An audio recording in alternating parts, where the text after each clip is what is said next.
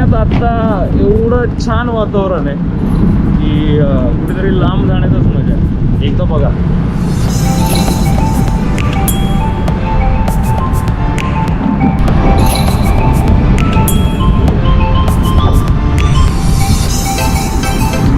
आज सुट्टीमुळं सगळे रोड एकदम रिकामे आहेत, नाहीतर एरवी भयान ट्रॅफिक असते. शेवटी पुणेपर्यंत पोहोचत म्हणजे हे खरं आहे बरं का. 1 ते 4 मध्ये मोस्ट ऑफ टाइम तुम्ही गर्दी कुठे अशी एवढी रश ट्रॅफिक कुठं पाहणार नाही. सगळीकडे एकदम नॉर्मलच असते, कारण पुणेकर मोस्ट ऑफ टाइम झोपलेलेच असतात.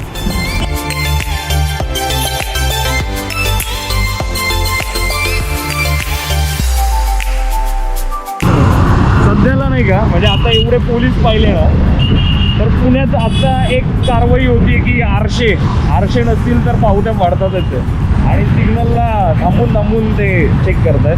त्यामुळे आरशे ठेवा. शायनिंगमध्ये जाताल पण दंड तेवढाच बसेल.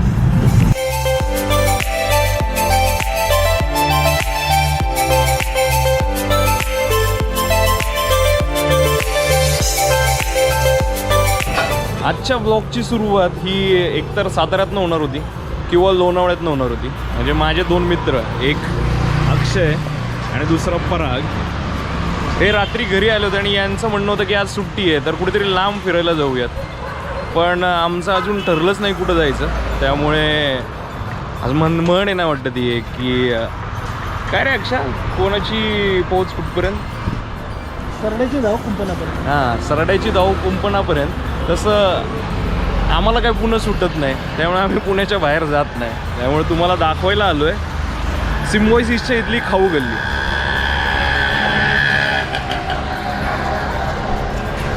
म्हणजे पुण्यामध्ये ही फेमस आहे यंगस्टर्समध्ये, कॉलेज गोईंगमध्ये, कपल्समध्ये, की इकडे येऊन छान टाईमपास होतो, खायला मिळतं, गप्पा मारता येतात. बघूयात आता काय. पुलाव. आता पुलाव सांगितला आहे, आता तो बनवतो बघा. म्हणजे ओपन किचन ही सिस्टीम आत्ता पुण्यात आली आहे ना, ही इकडे माझ्यानं जे एक 7-8 वर्षांपासून हे सगळं आपल्या डोळ्यासमोरच तयार होतं. बघा एकदा.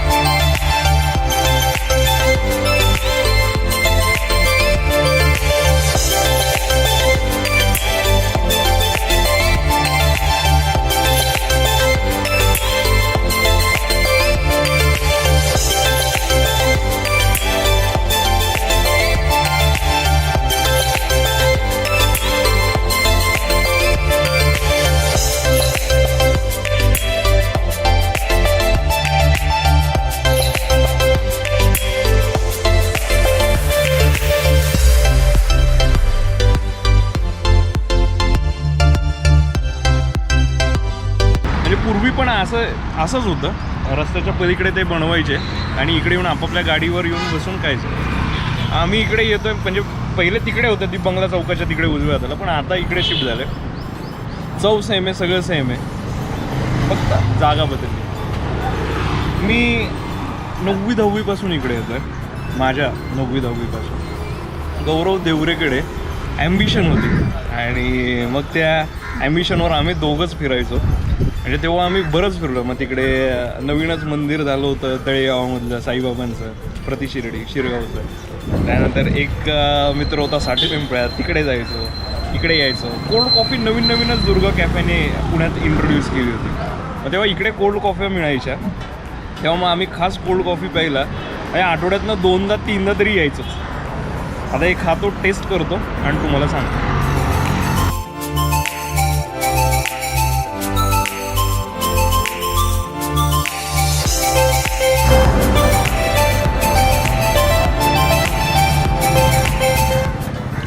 टेस्ट वाईज म्हणाल तर एखाद्या रेस्टॉरंटला पण तोड देईल अशी टेस्ट आहे. आणि त्या टेस्टपेक्षा हा रायता जबरदस्त आहे. ज्यावेळी तुम्हाला घाई असेल ना, म्हणजे घाईत एकदम क्विकमध्ये काहीतरी खाऊन जायचं आहे, वेळ नसेल जरा जास्त वेळ थांबून खाण्यासाठी, तर दिस इज द बेस्ट प्लेस. म्हणजे या ऑर्डर करा, 2 ते 3 मिनटात ऑर्डर रेडी आणि खाऊन मोकळे व्हा. चव तर चव छान, वेळ तर वेळ कमी लागतो आणि पैशांच्या हिशोबाने पण खूप स्वस्त आहे.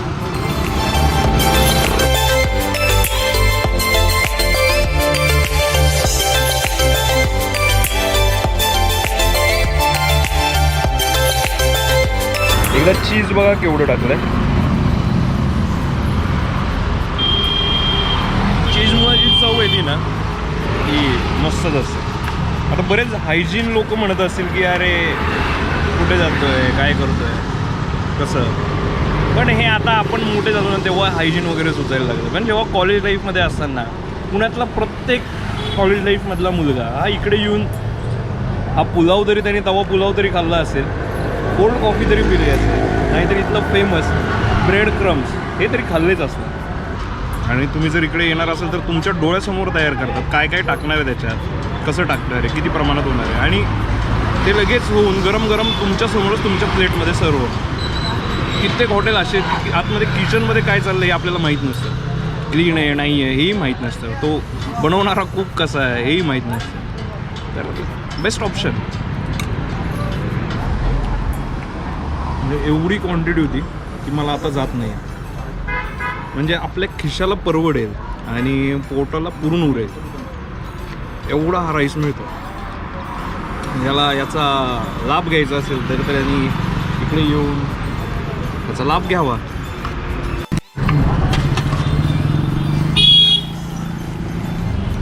फायनली सगळं संपलं. आता पुलाव झाल्यावर एक कोल्ड कॉफी तर व्हायलाच पाहिजे. एक कोल्ड कॉफी घेऊ.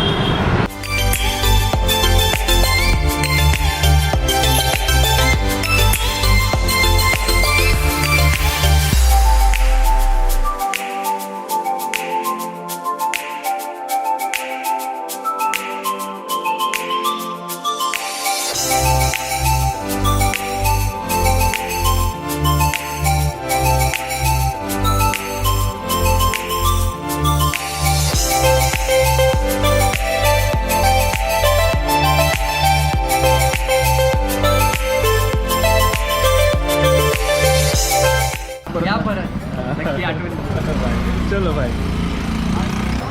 आजचा व्लॉग मी छोटाच ठेवतो आणि आजचा व्लॉग इथेच थांबवतो. जर तुम्हाला व्लॉग आवडला असेल तर लाईक करा, शेअर करा आणि सबस्क्राईब करा. आणि एकदा तरी इकडे भेट द्या. मला आवडलं आहे, तुम्हाला देखील आवडेल. भेटूयात पुढच्या व्लॉगमध्ये. बाय.